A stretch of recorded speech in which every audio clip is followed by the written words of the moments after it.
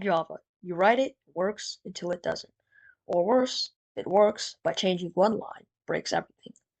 Lucky for you, there's a solution. But there's a pattern, a way out. It's called dependency injection, and it's simpler than you think. Imagine building a car. Every car needs an engine, so you do this. The car creates its own engine. This is tight coupling. Your car is now married to that specific engine class. Want an electric engine or a rocket engine? You're modifying the car class itself, which is very bad. Rigidity, fragility, maintenance nightmare.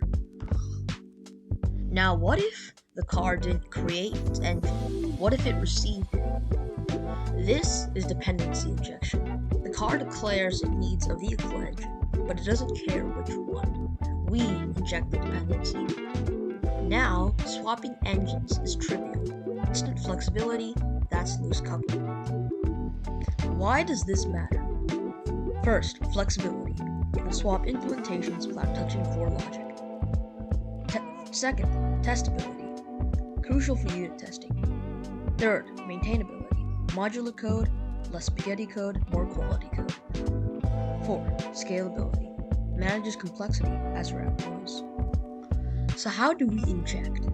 First, constructor injection. It's probably the most recommended method. Pass dependencies into the constructor. Object is always valid. Second, setter injection. Provide dependency via a setter method. Less strict, but useful for optional dependencies. Interface injection. Rarer. Dependency provides an interface for the dependent to implement. Larger apps, you're not manually wiring everything. Frameworks like Spring and Google Juice automate this. They're IOC, or inversion of control containers. You annotate, they inject. They manage the lifecycle of components, resolving dependencies for you. For example, the annotations auto-wired and inject. They're all about letting the framework handle the instantiation and wiring. So, dependency injection, it's not a buzzword. It's a core principle for building robust, flexible, and testable Java applications. Stop creating, start injecting. Your code will thank you. Your sanity will thank you. And that's DeepI. Now go build something awesome. If you like this video, make sure to like and subscribe. Tell me in the comments what you want me to go over next.